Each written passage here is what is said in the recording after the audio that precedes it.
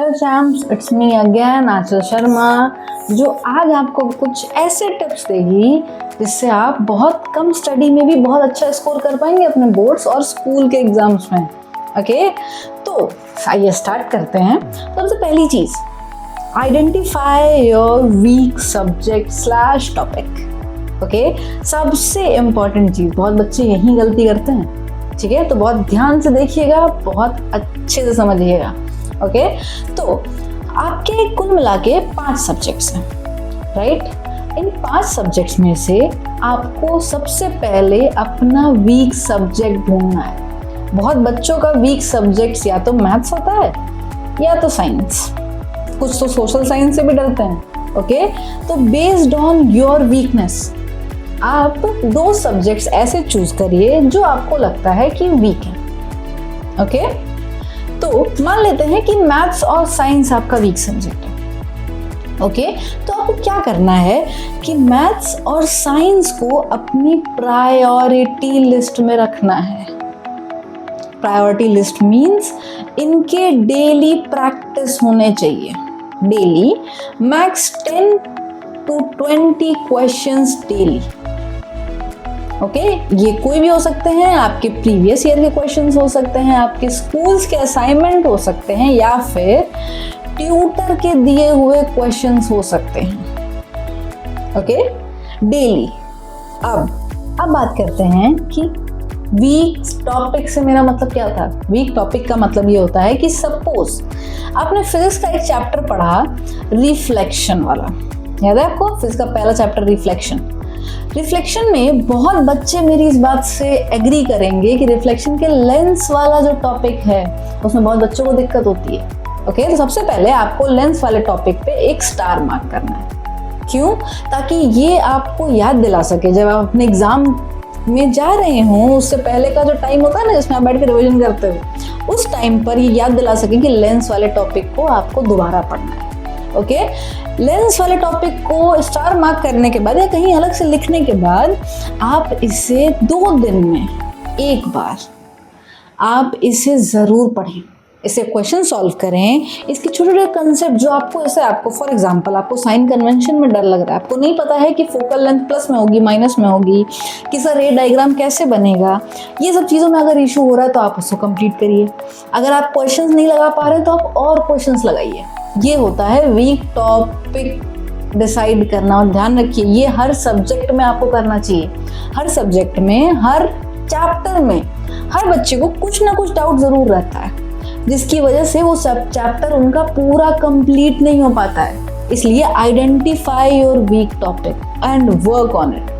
ठीक है, आपका बहुत आसानी से आपके ये सारे डाउट्स क्लियर होते जाएंगे धीरे धीरे, और at the end of the day जब आपका पेपर होगा आप बहुत अच्छा करके आएंगे अपने वीक टॉपिक्स में भी, जिसमें मार्क्स मोस्टली कटते हैं। और ध्यान रखिए, एक बात मैं और बताती हूँ आपको, जो बच्चों के वीक टॉपिक्स होते हैं वो टीचर्स के फेवरेट टॉपिक होते हैं क्वेश्चन देने के लिए।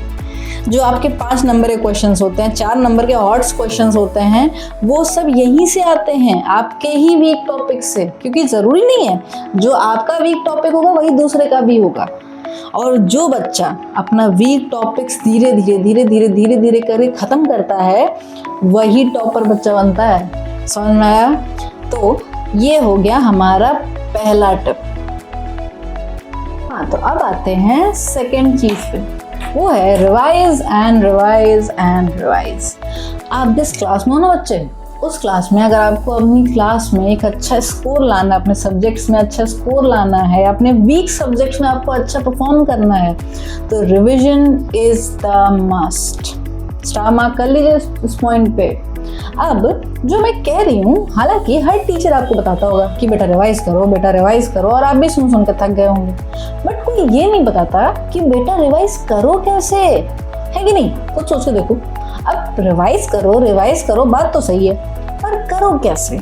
ठीक है, तो हम आज कुछ वेज बताएंगे जिससे रिविजन आसान हो जाता है, या फिर जो आपके टफ टॉपिक्स हैं, जो आपको ऐसे लगते हैं कि यार ये टॉपिक ना पक्का ना खराब कर देगा मेरा, है ना, तो उन टॉपिक्स को कैसे हम यूनिक अच्छा कर सकते हैं, यूनिक नहीं, हाँ मैंने गलत वर्ड यूज़ किया, राइट, यूनिक नहीं, कैसे हम और अच्छा बेटर कर सकते हैं ताकि हम स्कोर अच्छा कर सकें। आइए बात करते हैं।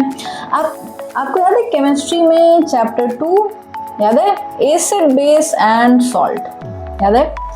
केमिस्ट्री का जो चैप्टर 2 है उस चैप्टर से कुछ बच्चे शायद डरते होंगे, डरते नहीं बोल सकते, फिर भी एक टॉपिक है, याद है आपको, जो लास्ट के 2 पेजेस हैं उनमें baking soda, washing soda, plaster of Paris, ये सारे इनके प्रिपरेशंस, केमिकल फॉर्मूला, कैसे और भी बहुत सारे फॉर्मूलाज वगैरह हैं, right, chemical formulas, not formulas, chemical formulas, है ना, जिनको याद करना बच्चों के लिए बहुत टफ होता है। ठीक है, तो आइए कुछ सिंपल सी चीज बताती हूँ मैं जिससे आप याद कर सकते हैं।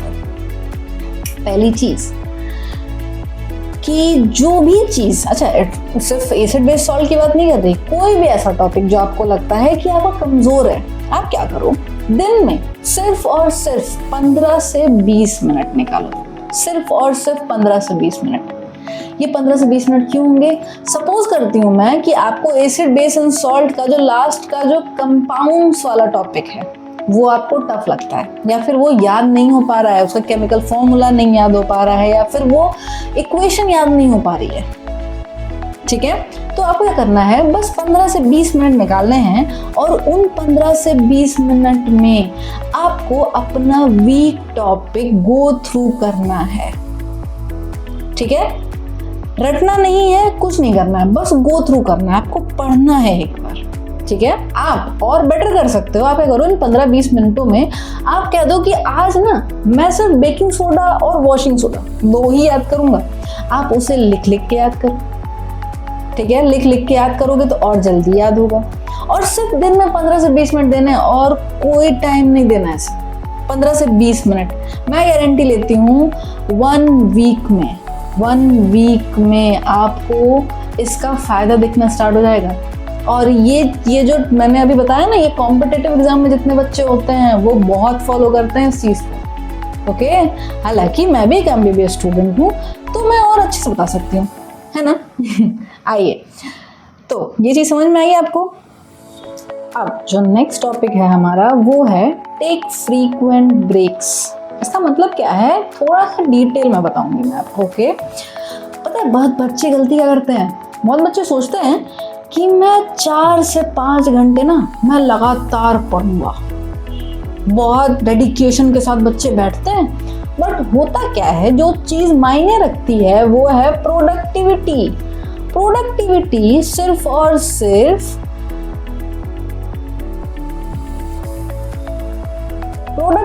सिर्फ 45 मिनट्स या 1 घंटे की ही हो पाती है, जो चीज मायने रखती है। तो अगर 4-5 घंटे पढ़ने के बाद भी प्रोडक्टिविटी सिर्फ 45 मिनट्स है तो this is the wrong way to study. तो right way to study is आप 45 मिनट्स का सेशन रखो। Okay, 45 minute session. 45 मिनट्स ही क्यों? क्योंकि ये चीज साइकोलॉजिकली देखी गई है कि हमारा माइंड 45 मिनट्स बहुत अच्छे से और बहुत आसानी से, बहुत इजीली फोकस कर पाता है किसी भी चीज में। 45 मिनट्स के बाद डिस्ट्रैक्शन स्टार्ट्स। तो 45 मिनट्स का सेशन रखो। आप तो छोटे हो, आपको तो फोकस का कोई प्रॉब्लम भी नहीं होना चाहिए। तो 45 मिनट्स आप बहुत परफेक्टली पढ़ पाओगे। 45 मिनट्स के बाद take breaks of 5 to 10 minutes, 5 से 10 मिनट्स के आप ब्रेक लीजिए। उसके बाद then continue again for 45 minutes. आप ये चीज नोटिस करोगे, आपकी प्रोडक्टिविटी ड्रास्टिकली इंक्रीज कर जाएगी। और ये बात मैं दावे के साथ कह सकती हूँ कि अगर कोई ये चीज फॉलो कर रहा है, आई एम टेलिंग यू, ये 110% काम करता है। ये मैंने खुद ने ट्राई किया है। 45 मिनट्स बैठना है पढ़ने, फिर 5 से 10 मिनट का आपको ब्रेक लेना है। आप उसमें कुछ भी कर सकते हो, आप उठ के थोड़ा टहल लो, या फिर मूवी, नॉट मूवी ऑब्वियसली, आप थोड़ा फोन देख लो, या फिर थोड़ा कुछ खा पी लो। ओके, 5 से 10 मिनट के बाद आप फिर 45 मिनट्स पढ़ने बैठ जाओ। थोड़े थोड़े ब्रेक्स लेना ना आपके दिमाग को फिर से रिचार्ज करता है। थोड़ा सा उसको शांति देता है। ओके, वरना अगर आप 4 से 5 घंटे लगातार पढ़ने बैठोगे ना, तो आपका दिमाग कहेगा कि बस बहुत हो गया, अब तुम पढ़ो या ना पढ़ो, मैं तो अपना काम करूंगा। राइट? इसलिए 45 मिनट्स का सेशन रखिए, 5-10 मिनट का ब्रेक लीजिए और उसके बाद फिर कंटिन्यू करिए। ओके, आप पक्का अच्छे से पढ़ पाओगे, बहुत इफेक्टिवली पढ़ पाओगे। अब नेक्स्ट आते हैं क्लैरिफाइंग योर डाउट्स। ध्यान रखना बच्चों, बहुत कम ऐसे बच्चे होते हैं जो अपने सारे डाउट्स को टीचर्स के पीछे पढ़ के सॉल्व करा लेते हैं। बहुत बच्चे तो शर्म में ही रह जाते हैं, कह रहे मैं टीचर्स को डाउट पूछने जाऊंगा तो टीचर्स कहीं मुझे जज ना कर ले। ओके, अगर आप भी ऐसा करते हो तो आप बहुत गलत रास्ते पे जा रहे हो, बहुत ज़्यादा गलत रास्ते पे जा रहे हो। आपको ऐसा कुछ नहीं करना है, उल्टा आपको तो टीचर्स के पीछे पढ़ के अपने डाउट सॉल्व कराने चाहिए। ओके, मैं खुद एक टीचर हूँ, आप सबको मैं पढ़ाती हूँ, मेरे पास खुद बच्चे आते हैं पढ़ने के लिए, मैं उनसे सामने से कहती हूँ कि आप पूछो मेरे से डाउट्स, और अगर आप नहीं पूछ रहे हो ये टीचर की गलती नहीं है, ये आपकी गलती है। ओके, तो अपने डाउट्स, छोटे से भी छोटे डाउट्स क्यों ना हो, वो क्लैरिफाई करिए। एंड फॉर एग्जाम्पल, आप बहुत ज़्यादा ही इंट्रोवर्ट, कुछ होते हैं बच्चे, एक्सेप्शंस आर ऑलवेज देयर।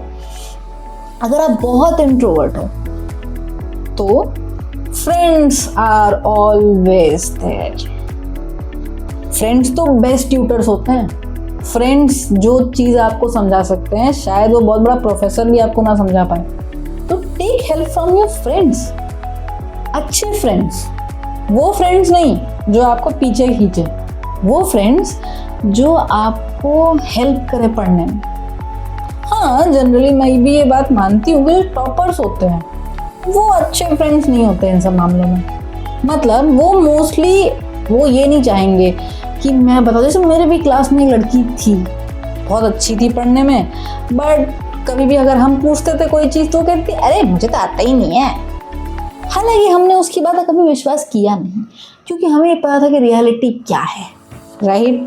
हालांकि आपके भी स्कूल में कोई ना कोई ऐसा नमूना ज़रूर होगा, आई नो दैट। ओके, इसलिए ऐसे फ्रेंड्स बनाओ जो आपकी हेल्प करें। और ध्यान देना, ऐसे फ्रेंड्स होते हैं, आपके आसपास ही होंगे। ओके, अपने हर डाउट को क्लैरिफाई करो बच्चों। अगर डाउट्स क्लैरिफाई नहीं करोगे कोई फ़ायदा नहीं है। जितना मैंने अभी पॉइंट्स बताए वो सब धरे के धरे रह जाएंगे अगर आपके डाउट्स क्लैरिफाई नहीं होंगे तो। किसी भी चीज़ की किसी की भी आप मदद ले सकते हो, फ्रेंड्स की ले सकते हो, आप ट्यूटर की ले सकते हो, या फिर अपने स्कूल के टीचर्स की ले सकते हो। ओके, किसी की भी आप मदद लो, लेकिन अपने डाउट्स क्लैरिफाई करो। फॉर एग्जाम्पल, कोई हेल्प नहीं कर रहा है, कुछ तो स्कूल्स में कुछ टीचर्स भी ऐसे होते होंगे जो आपको डाउट पूछने पर डांट देते होंगे, ऐसा भी होता होगा। तो AI किस लिए है? ऐसे बहुत सारे ऐप्स हैं, जैसे कि for example chat GPT, Gemini, ये ऐसी चीज़ें हैं, ऐसा AI है जो आपको सारे गूगल के जितने भी सर्च होते हैं उन सब को कंबाइन करके आपके लिए एक प्रॉपर अच्छा खासा वो देता है, क्या कहते हैं उसको, एक आंसर देता है। ओके, सो यूज AI, बहुत अच्छे से यूज करो, आपको बहुत सारे सवालों का जवाब मिलेगा। ओके, बट मेरा ये कहना है कि सबसे पहले अपने टीचर्स और अपने फ्रेंड्स से बात करो। कोई टॉपिक समझना है तो अपने टीचर्स और फ्रेंड्स आपको ज़्यादा हेल्प करेंगे। उसके बावजूद भी अगर आप मान लो घर पे कोई क्वेश्चन सॉल्व कर रहे हो, प्रैक्टिस कर रहे हो, आपको नहीं आ रहा है, तो AI is the best. Okay, कोई भी चीज़ आपको समझा सकती है। इवन मैं खुद नई नई चीज़ें यहीं से पढ़ती हूँ। ओके, सो आपको कुछ भी करना है, हालांकि the main motto is to clarify your doubts. Okay, कोई डाउट है बच्चों? और अगर आपको ये वीडियो अच्छे लगे हो तो do like, do share, do comment, और कमेंट में आप ये भी बता सकते हो कि मैं और क्या बेटर कर सकती हूँ। Okay, see you till the next video बच्चों, बाय बाय, टेक रेस्ट, अच्छे से पढ़ाई करो, score well. Okay my champs, bye bye.